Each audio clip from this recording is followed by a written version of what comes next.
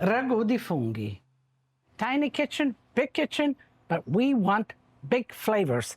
And this is one of those simple ragu preparations, mushroom ragu, lots of it. And we'll begin with some onions. Let's get the onions in there. Let's put some olive oil. Let me put some butter in here.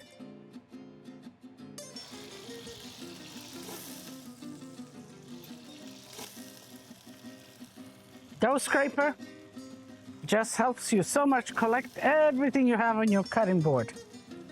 Here I have some shallots. Try to get the larger one, and usually, you know, the good thing is you cut it on one side and the other, then you stabilize it like this in half, and then you go across. The onions take longer to cook than the shallots. The shallots cook quicker, and they're good because they disintegrate in the sauce and give you that really good oniony flavor into the sauce. Add a little bit of salt, and I'm going to cut the mushrooms. For this ragu, any mushroom, one kind of mushrooms will be fine. But if you can mix it up a little bit, the better the ragu will be. You have some oyster mushrooms here, which are beautiful. And the oyster mushroom usually are attached to a stem. And usually the stems are a little bit tough. So make sure that you cut that off. This is a delicious mushroom, a king trumpet mushroom. Very good. A little expensive, but very good. Absolutely. So how would I cut this? Like this. Like this. Okay. Mushroom really cuts down. It's a lot of water because that's what mushrooms are. And they cook and retract. But that's where the flavor is. When you cook them and the water comes out, the flavor really comes out. I'm going to put a little bit of salt to season it. And I'm going to put a little bit of stock here I have. Chicken stock or whatever stock you have. If you don't have stock, water is fine. And I'm going to let it slowly release the water. And I'm going to put a cover here so they cook out. And what am I going to add to the mushrooms? First of all, this sachet, I have bay leaves, sage. I have rosemary, and I have thyme. So a nice selection of different fresh herbs. And just, you roll it, roll it, roll it, and you can just tie it in itself and throw it in. And as this kind of steeps and cooks and simmers, it will release its flavors through this. So let's put that in. Let me give it a mix. To add more mushroom flavor, dry porcini. I couldn't think of a kitchen without Italian kitchen that is, without dry porcini. So you get the dry porcini and you soak them in hot water or hot stock. You pull them out, kind of drain them a little bit, just like that. And this will add a real punch of flavor to whatever you're cooking. So let's add the mushrooms right in here. And I'm going to save this because I'm going to use that as well.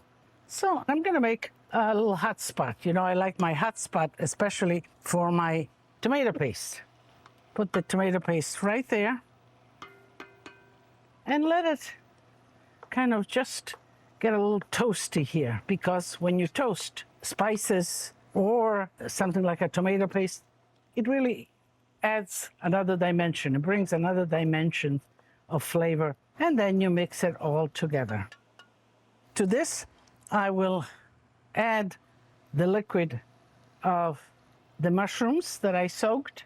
And be careful, because mushrooms, even the dry mushrooms, have a little bit of dirt or whatever, and you can always find it on the bottom. So always leave a drop like that and toss that away.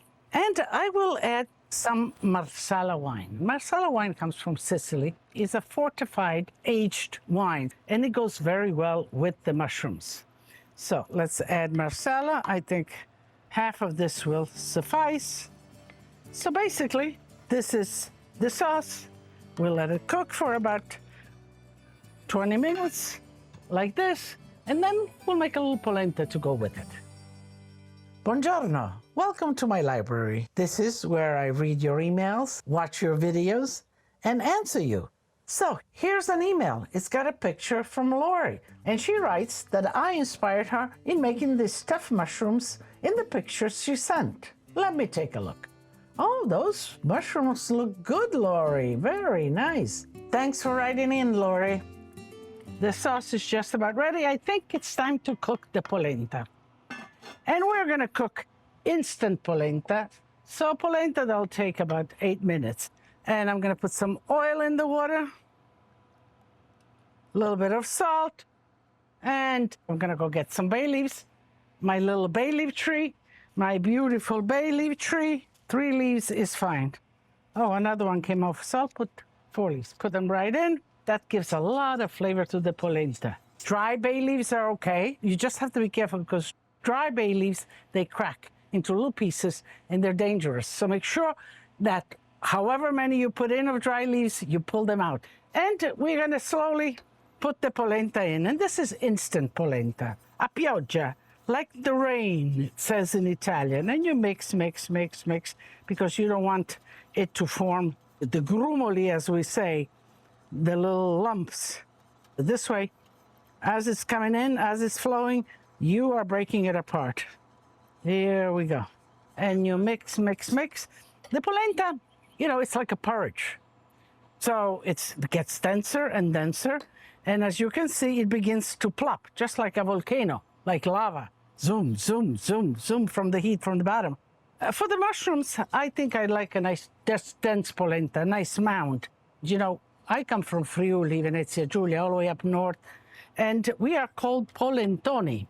Polentoni, that means that we eat a lot of polenta, and we do. Like the Tuscans are called mangiafagioli. They eat a lot of beans. Okay, so I'm going to continue to whisk it on and off, and we're going to be ready to eat.